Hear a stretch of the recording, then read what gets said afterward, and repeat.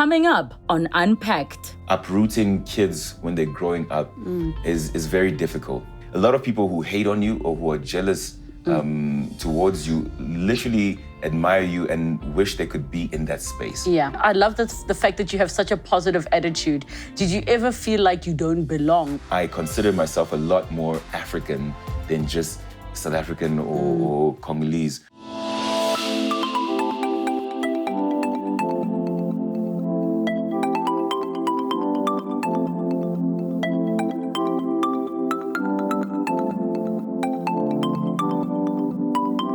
Relocating to a whole new country when you're a child can have its many challenges, and our guest today is here to share their story. Let's unpack. Many know Harmony Katulondi as the charismatic top-billing presenter who won the Presenter on 3 Search. However, many do not know of his humble beginnings, having moved to South Africa from Congo, and the realities of adapting to life in a new country. This is his story. Let's unpack. Harmony, welcome to the show. Thank you so much for joining us. Thank you for having me. Now, I know that people know your public profile and your public persona, but you actually, moved to South Africa when you were a kid. What were some of your earliest childhood memories? Firstly, I had no choice. It was the family who decided to relocate. When speaking to my parents, they always say they were looking for, just a better space, more opportunities. Yeah. I was born in the DRC, Democratic Republic of Congo. And at that time, there was quite some strife. And my dad wanted us to have a space where we could have more opportunities. He loves, in French we say francophone and anglophone, Anglophone-speaking countries more than French-speaking countries, and he felt that there were going to be more opportunities, and so they brought myself and my siblings here to South Africa at a young age. So you were around 3 years old when you moved. Do you have any memories of being a kid in DRC? Not really. I think I might be lying to you if I say I have some memories, but I think I have light memories of family members and different areas where we lived, but I'm not too sure if those are really my memories or if those are looking at pictures and you're like, and your mind just formulates, or maybe those pictures just spark those memories. But it really just felt, it felt, for lack of better words, like Africa. You know, when you think Africa, you think suns blazing, loving people around you, people who care about you, just the freedom to be young and to be free and to be expressive. And I think that was my youth, not only in Congo, but also growing up here in South Africa. So what then were your earlier memories in South Africa? South Africa was mostly school. And I think the biggest thing was, when you're young, you think everybody's like you. Yes. And then you realize that, wait, other people are speaking a different language that I don't understand. It's like, how am I not catching what this person is saying? And then realizing that, okay, there's a bit of a difference to you. We are all the same, but there's a bit of a difference to you. So as a kid, I was blessed to have loving parents who cared about me, who not only told me that they loved me, but they expressed it in the way they behaved, in the way they behaved with each other, in the way they behaved with myself and my siblings. And I think that helped give me a particular kind of confidence that even if I was different at school, I still knew that wasn't something that would make me lesser than, and if anything, I understood that, yes, I have to push a little bit more because I don't necessarily understand what everybody's saying. So I have to make the effort to hear what they're saying, learn a different language. And also I took it with a different perspective. When, for lack of better words, forced to learn a different language, you could either take it as, oh, I'm being forced to learn a different language, or you could take it as, hey, I have an opportunity to learn another language.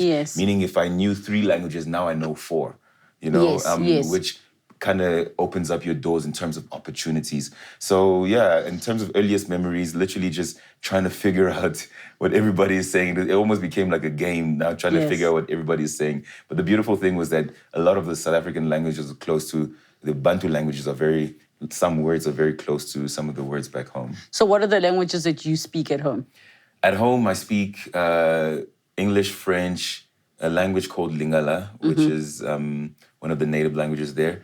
I'm trying to learn back Swahili and Chiluba because those languages, when I came to South Africa, because no one was speaking them around me, and we were so focused on, my parents were very focused on school, so learning English, that you tend to forget your home languages. And when you grow up, you're like, oh, I see the value in the roots of where I come from. I see the value in the languages, the native languages. Yes. And also my grandparents who are in Congo don't speak French or don't speak English or any of that. So it's always better to be able to communicate with your loved ones in a language that they understand. So did you ever find, in your upbringing that people would just start speaking to you in their own language because they assume that, you are South African and must know isiZulu or Setswana? The crazy thing is it's not only in South Africa, it's everywhere. I've been blessed to travel around the world, and most people, when they see you and they see you of a particular color, they just speak to you in whatever language. Yeah. And now you're just there like, yeah. But the blessing is that sometimes I look at more, communication is more than just language. Yeah. Communication is the way you say something, your body language when you're saying it, the environment we're in, the context of what is going on at that particular moment. So, for example, if someone points at the door and says something, you know that, okay, that person is probably saying, open the door or close the door or get out through that door. So you kind of figure out, it kind of, there's a comedian who says quick maths. So it kind of makes you think quickly, okay, what could it be? What is the possibilities of what that person is saying? And then you connect the dots in terms of what languages they're saying. But in Joburg, I grew up in Joburg, and the nice thing about Joburg is, I hope I don't offend people, but the nice thing about Joburg is people are diluted. Yes. So instead of saying... It's true. I can see what you mean by it could be a person could take it offensively, but it is true. Yeah, so instead of saying... Valamnyango, they'll say Valito. Yes. So you'd say, okay, Vala, I have to figure out what Vala means. But the door part, they're talking about the door. So the door is, the door is closed. The door is open, so it would mean that they're saying close the door. So you figure out what it is, the context. But people do come in and then they just expect you to speak the language that they speaking to you. Yeah. And the weird thing is South Africa has 11 official languages. Yeah. I don't know why you would think that I would particularly speak that particular one. But instead of taking offense, I was like, okay, it's an opportunity to learn and to grow and to become better. Do you think you had any harder childhood memories? Maybe there was bullying or something that you experienced because you're from the DRC? I don't want to lie and say no. Yeah. But like I said, I think one thing, just side note, one thing I feel parents should really take into account is how much impact they have in their children's lives when their kids come back home.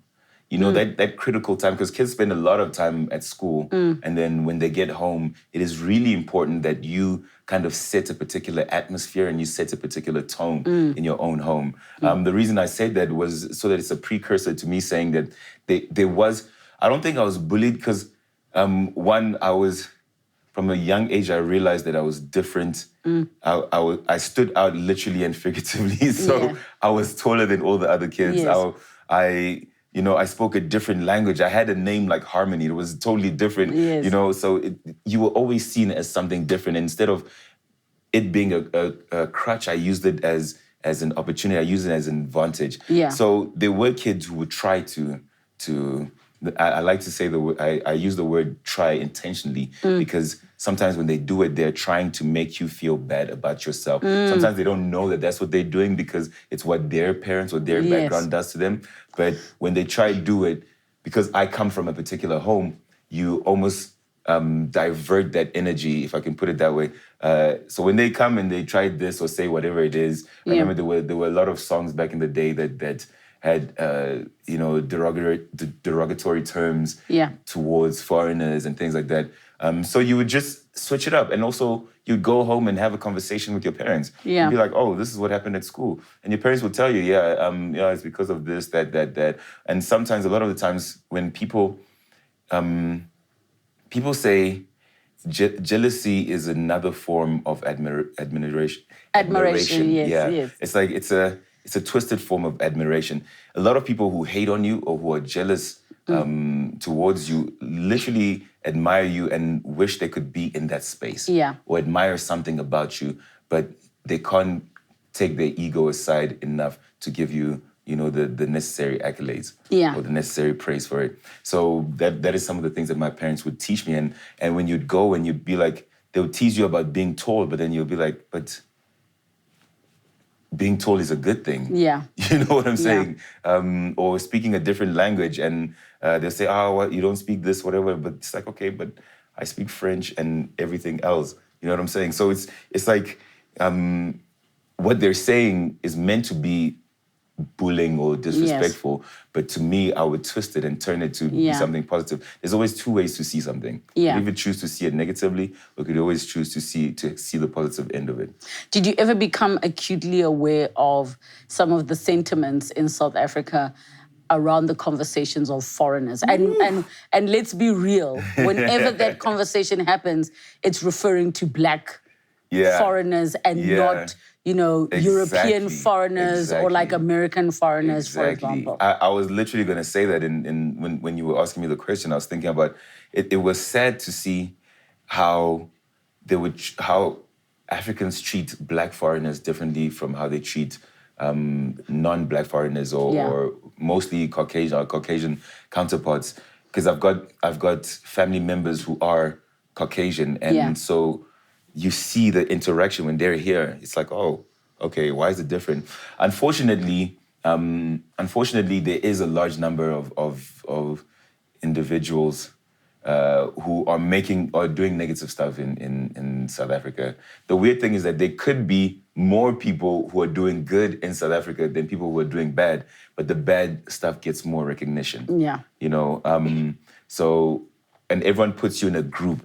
Oh, foreigners do this, foreigners do that. People have had bad experience with foreigners, and they use that experience to blanket over every.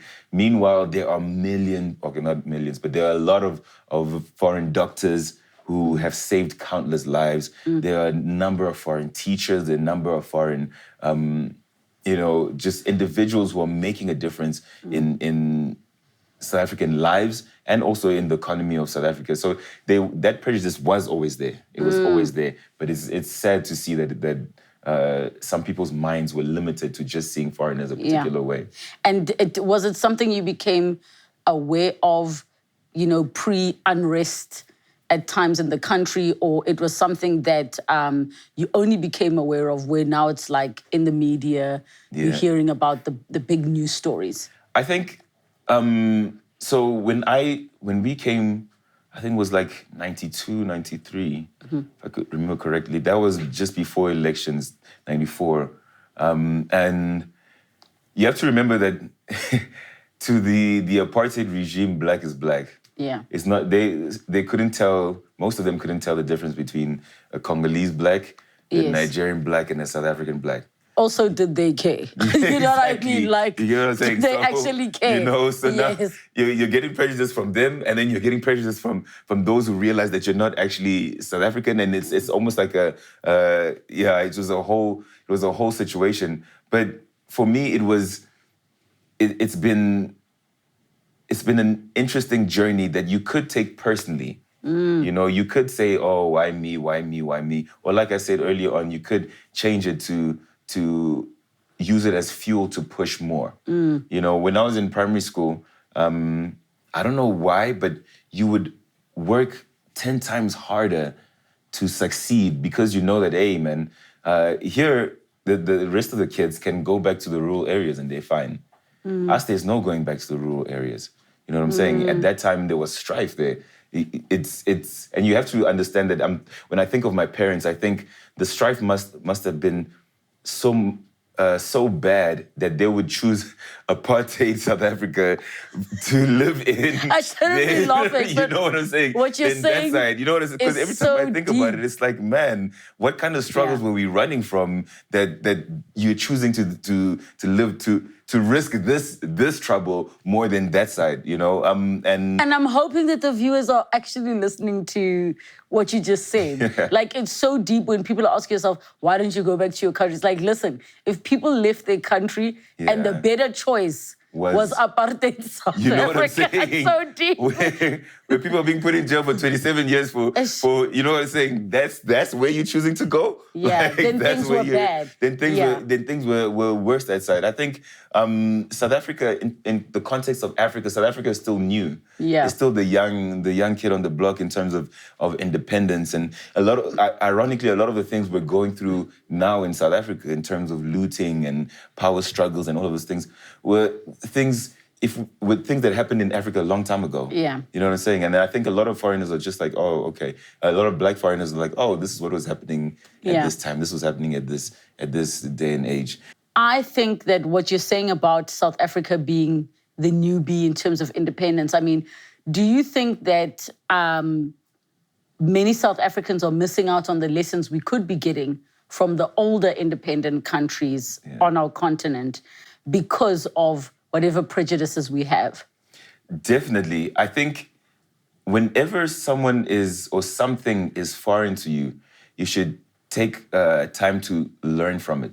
Yeah. Whether good or bad, take time to learn from it and see what lessons can you extract from it. You know, for example, Congo had independence in 1961, 1960, if I'm not mistaken, and it was one of the superpowers at that time. I remember, you know, I've had the opportunity to meet some incredible people here in South Africa, and they would tell me that, wow, we used to go to Congo to learn this. Back in that day, even the people from the apartheid regime used to go to Congo to learn certain things, to get some information. I think we were one of the first countries to get cell phones. We were one of the first, no, not cell phones, we were one of the first countries to get escalators and just random things like that, computers. And to put it into perspective, there's a Muhammad Ali saying when they say, Ali, Bomaye, Ali, Rumble in the Jungle. That was in Congo. Yeah. Muhammad Ali was in Congo. You know, a lot of these people came to Congo before they went to a lot of other countries. And even just looking politically, they had independence back then. So they were colonized. They had a great country in terms of infrastructure because the colonizers assisted in creating infrastructure. And they had all these companies and whatnot there. And then they got their independence. Yeah. And then they had the looting and the nepotism and all of these kind of things that were coming into play. And then they are where they are right now, which is kind of like the same trajectory that South Africa is kind of heading towards, unless there's like a stop to whatever is going on. So yes, we could learn. There are so many lessons that you could learn from the different African countries. If you just take time to, you know, just pay attention and you look, you'll see the similarities. These blackouts, we laugh at the fact that, not laugh, but we see that places like Zimbabwe doesn't have constant electricity. A lot of that wasn't all they used to have, you know, electricity happening all the time. Yeah. We started like this, blackouts here and there, just a few minutes. Yeah, on a Tuesday we're gonna have a blackout. On a Wednesday it's gonna be from 8 to 5. That's how it started, and then they found themselves where they are. So it's really important that as leaders, you learn from your history. You learn from not only history of South Africa, but the history of the rest of Africa and the world. So, I mean, I love the fact that you have such a positive attitude. Did you ever feel like you don't belong because you knew that this is not my home country? Yes, it is our home, but this is not my home. That is such a tricky thing, because I keep saying I've been blessed to have incredible people in my life. And they would make me feel like it's home. As much as you'd have, and it is home, because if you drop me in the middle of Congo, I'll be honest with you, I don't know where to even begin finding myself, finding how I get to my grandparents' house or something. Drop me in the middle of South Africa, I know how to combat, I know how to, you know, I know that if I get to this town, then, you know, there's going to be a taxi that goes to Bree, there's going to be a taxi that goes to MTN, there's a taxi that goes somewhere. And from there, I can figure out how to get back to wherever, to civilization or whatnot. So for the most part, South Africa is home. But I think what I'm starting to acknowledge more is that Africa is home. You know, my dad is very academic, And growing up, I was exposed to a lot of Africa. One, because I was born from a different part of Africa, and raised in a different part of Africa, and been exposed to different places in the world. But I consider myself a lot more African than just South African or Congolese. So in terms of belonging, it's a very big question. It's like, where do you belong? Because if you start the conversation of I don't belong here, a lot of people would say, okay, then where do their tribe belong? Does your tribe come from here? Does your tribe come from where? Yes, you were born here, but where does your tribe actually originate? And then you'd see that people it becomes such a tricky slope when you're talking about where a person actually belongs. South Africa, I will be honest, is home to me, but I'm like the kind of person who has more than one home. Yes. Our life is meant for success. We're meant to succeed. Bowling, having places all around the world, and there are a lot of places that I call home, and South Africa being one of the main ones. Was there ever an opportunity for the family to go back home and to, start a new life with everybody after the fact? Hi. Let me put it into context for you. So think of rural, because one of the things that used to confuse me when I was young was when people would say, oh, I'm going back home for the holidays. Yes. I'm like, what do you mean home? Don't you go back home after school every day? Yes. Like, no, yes. home. Like, that's where, Yes. And you'd see people here, like even now, you see people here, slay queens and everything with the weaves and the wigs and the makeup and the whatnot. But when it's time to go home, they're there in those with the dukes and the whatnot. Yes. Making the pap and whatever needs to be done. And I love that about Africa, where you kind of understand who you are. And it's important to never lose that, because in this world that we're living in, it's easy to get swayed. Because cultures are very mixed because of social media and exposure. The world is opening up. But in terms of my family going back, I think there probably were a lot of opportunities, but I think uprooting kids when they're growing up is very difficult. Also the fact that South Africa is English-speaking and Congo is French-speaking. Yes. So our minds have already been formulated in a particular way, and to bring us there would have been very disruptive. Not that it was impossible, but I think my parents were thinking just long-term. It's always important to have a vision for yourself and a vision for your family. And I think as per our journey and our life story and our purpose, this is where we're meant to be. What does your family in Congo think your upbringing was like in South Africa? Like, do they actually have a clear picture?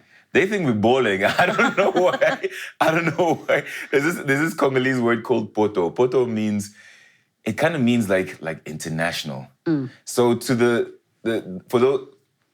Africa is almost like international standards when it comes to Africa. It's almost like the America of Africa.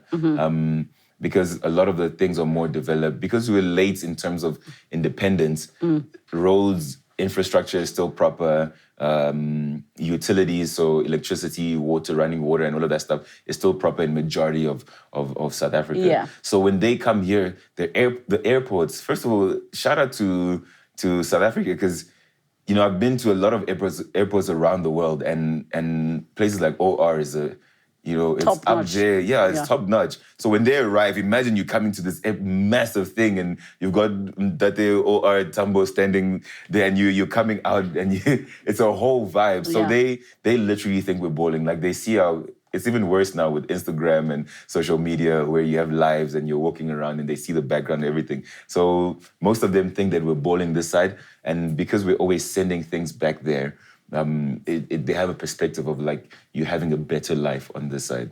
So what are some of the lessons that you could take out of having dual home and being able to, have been born one place, but having most of your childhood in another place? I think the number one lesson is that there is more out there. I think we are so tempted to think that wherever we're in, whatever situation we're in, whatever opportunities we have, we think that is it. Because you've grown up here for so long, and that's all you see. There is another world out there. And I even take that. I'm a motivational speaker as well, and I speak to a lot of people, and I tell them that this situation that you're going through right now is, for lack of better words, framed by the limitations of your comfort zone. Yeah. So it's only because you're in this space and this is what you see every single day that you think that, no, this is it. This is the only person I can get. This is the only job I can get. This is the only place I can go. Meanwhile, there's a whole other world out there. Yeah. And sometimes when you go to all those spaces, I don't know what happens when you travel. It just opens your mind to different opportunities and to different factors and to different ways of living. You've thought that doing this way is the only way it's done, but no, other people are doing it, a whole different way. Yeah. And I think the biggest thing that you're saying is just opening your mind that there's more than what you know. Yeah. It's such a big deal. Yeah. You obviously found yourself in a space where you were discovered on a search and, you got to where you are now. But prior to that, you were actually doing other things. Yeah. What were you actually up to? Yo, that's that word discovered is very interesting. It's like the saying, it takes for me, I guess it would take 30 years to be an overnight success. Yep. It takes 30 years of doing what it is that I was doing to be discovered off of one night. And even that journey wasn't just one night. But just to put it into context, I've been acting and presenting since I was like 5, but I didn't take it seriously. It was just something I did because I was, number one, good at it, and 2, because I loved it. School plays, church plays, community plays, productions here and there, presenting with friends and whatever. And I was just doing that for years and years and years. But I was studying. I went to university, first did 2 years of accounting, and then finished with a degree in economics and econometrics. But while I was studying, I started a company with friends because we were always filming things for our church, because our church did announcements on screens. Yeah. We were always filming things and I was writing scripts and I was directing, and my friends was filming and they were editing, and the other one was doing sound or whatever. So then we had been pushing that for a while, and even at the same time, my career started picking up in varsity, because I was doing everything from fashion weeks to adverts, I was the face and ambassador for a lot of these brands. I was even the voice for the city of Joburg and, a lot of alcohol brands. And so I was doing a lot. And when that opportunity came, it was a blessing because it put me on a different platform, on a platform that had elevated me, to put me in everyone's screens, to actually have people notice me on their screens. Because with those ads, I was on your screen every day, every 2 seconds, like I was there, but people didn't recognize. Only some people were like, "Oh, that was you." Yes. Yeah. So I'm more known for that. But I think as creatives, we should dispel this myth of just being a musician or just being an actor or just being a presenter. For example, now I'm a partner at an investment firm called Crystal Partners, and it takes me back to the fact that I have studied. I've got a degree in economics. I've got a degree in econometrics. I started a company when I was like 19 in varsity. But people see you more for TV and don't realize that there's more to a human than just their creativity. There's more to a human than just what you see on your screens. So where are you today? Woo! I'm in a good space where I get to choose what I want to do. I'm in a good space where they talk about paying your dues. I used to go to every single casting. I used to go to almost every single audition that I could find. And then now you start building your brand and you start building your identity. And when I speak to like kids and stuff, or even people, I sometimes speak at businesses and things like that and conferences, and I tell them that create the person that you want to be and then move towards that. Because sometimes we just go left, right, everywhere, whatever. And all of that is important because you need to find yourself. And that is important because you need to create your identity and you need to create who you are. You need to figure out this is for me and this is not for me. But create the individual that you want to become think I want to be this kind of person and then move towards that. And so now I'm in a space where I'm able to, in terms of media, I'm able to say, okay, my friends, I've got friends in the film industry. This is the kind of things we want to move towards. Even my agents and stuff know that, okay, if this kind of brief comes in, I'm most likely not going to do it. If this comes in, then, if this kind of voiceover or this kind of modeling gig comes or this kind of movie or film or series or whatever comes, then this is what he's going to do. But I think right now, this season in my life is focused more in business. Like I said, I'm a partner at an investment firm called Crystal Partners, and we're literally just helping a lot of international entities come into Africa, and then also helping establish a lot of South African companies or companies that are already in South Africa and bringing them into the rest of Africa because we've got access into the rest of Africa. It's about knowing what you have and what you have access to and learning how to leverage that to benefit you and to benefit the community around you. So that's the season that I'm in. I still act, I still present on the side and just passion projects. What's the hardest part you could share with viewers of your journey? I think the hardest part is always being tempted to think that you're not good enough. I phrase it like that because one of the toughest jobs is being a model. Being a model is no joke. Like you go to the casting and you spend hours waiting in that casting, and then they come and they tell you, no, thank you. And time after time of getting that, those rejections, you are tempted to think that you're not good enough. You're tempted to think that you're not adequate. You don't deserve. You don't deserve to be where you dream of yourself, where you see yourself being. Whereas failure is not just about testing you, about what you're being tested on. It's also about how badly do you want it? Yeah. How resilient are you going to be? How persistent are you going to be? So I think one of the hardest things is being knocked down and being expected to stand back up. And you have to stand back up.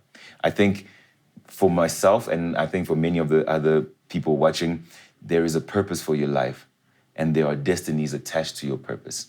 So I always have that in the back of my mind, knowing that I don't have all that I have just for me to ball out and be amazing and sip pina coladas on an island or something, but it's to be able to influence the next generations, to be able to show them that there's a different type of life that you can live, and you do deserve to be great, you do deserve to be amazing, you've got a great destiny, and you can achieve it. You just got to put in the hard work, and I always say, do the best and leave the rest to God. Thank you so much for coming to chat to us, Harmony. I think, you make it sound so easy, even though I know for you and your family that may not be the case, that it may not have been this smooth, beautiful ride, but the way you embrace your journey is extremely admirable. Thank you so much for joining us. No, it's a pleasure. Thanks so much for having me. #Unpacked with Relebogile. What are your thoughts on today's discussion? Do make sure that you chat to us on the socials. And of course, an extended version is available for you online. Thank you so much for joining us. Have a good night. Next time on Unpacked. You've got a nice body. Just wear something sexy, go on stage. This is a craft. This is a talent. Being able to move your body, being able to stand naked in front of people. Not anyone can do that, you understand? So are you also a prostitute? Would you? Yes, I'm proud of it. I'm proud of it, Foods. Yes. I'm not often speechless on this show, but this I'm like,